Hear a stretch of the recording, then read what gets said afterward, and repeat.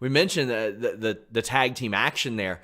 I got to credit you and a few other teams. I'd kind of fallen out of love with tag team wrestling for, gosh, it seems like a decade. And then I remember it was All Night Express. It was Kings of Wrestling. It was World's Greatest Tag Team. It was the Briscoes. And I was catching this stuff on like Saturday afternoons. And I was like, this is incredible. This is what I've been missing for so long. And I've felt like a real love for tag team wrestling since then. And that's something that you've like hinged your career on an awful lot. Yeah, in a lot of circles, I'm known as a tag team specialist. So I've had many different tag team partners in Ring of Honor alone, never mind other indies and stuff. But in Ring of Honor alone, at Final Battle, I've had 4 different tag partners, So it's one of those things where, like, when me and Kenny King first started teaming, that was like my first like real steady tag team partner. And I had to learn a lot about tag team wrestling at that point and chemistry with another person. So now I can just pretty much tag up with anybody and be like, hey, man, what do you do? All right, well, this is what I do, and let's go out there and do it.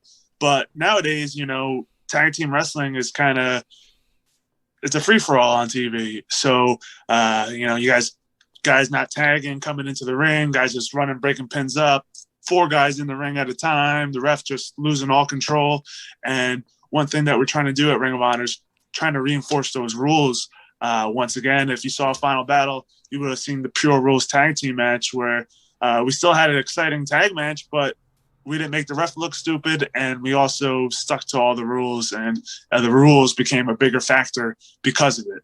How do you prepare for something like that? Because that's not like something that, I mean, I say train for on the indie circuit. You've been in Ring of Honor for over a decade. So, I mean, and this division kind of went away for a while, and they've reclaimed it now. And now we're seeing tag matches with Pure Rules. Yeah, there wasn't any Pure Rules tag matches to go back and study or try to come up with a strategy for. So, but really, you just got to get back to the basics. It's pretty cut and dry how tag team wrestling used to be. And if you go back and watch my different tag matches with different partners over the years, I always tried to stay true to stuff like that, because like I always had working under Jim Cornette for as many years as I did, I always had that in the back of my head, like, oh my gosh, whoa, what would happen if Cornette saw this? He cursed me up and down. So you got the fear of Jim Cornette, and might curse you up and down even if it's good though. Yeah, so if you have that fear of Cornette in you want to stick to the rules as much as you can.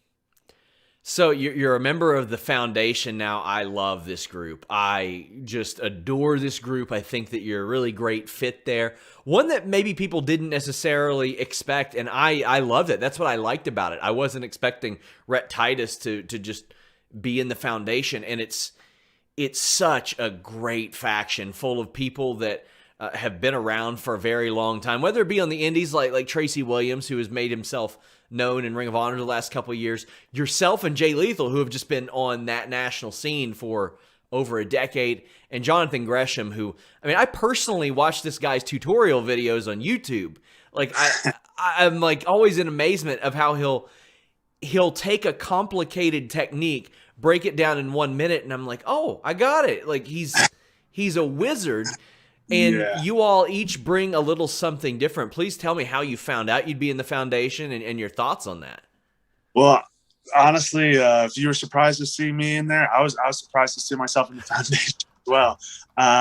It was at the first bubble where I actually the first bubble when Ring of Honor came back to TV, where Jonathan Gresham approached me and was like, hey, man, we got this concept going on where we're going to try to bring restore honor and bring rules back to Ring of Honor.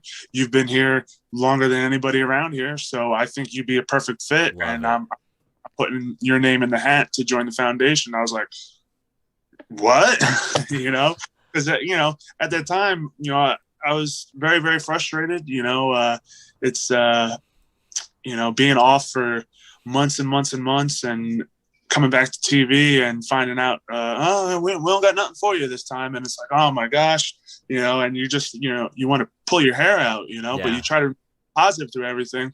And you just, cooler heads will prevail. And you just keep working hard, hoping somebody notices. And then Jonathan Gresham pulls you aside and tells you about this idea. And you're just like, yeah, yeah, let's go.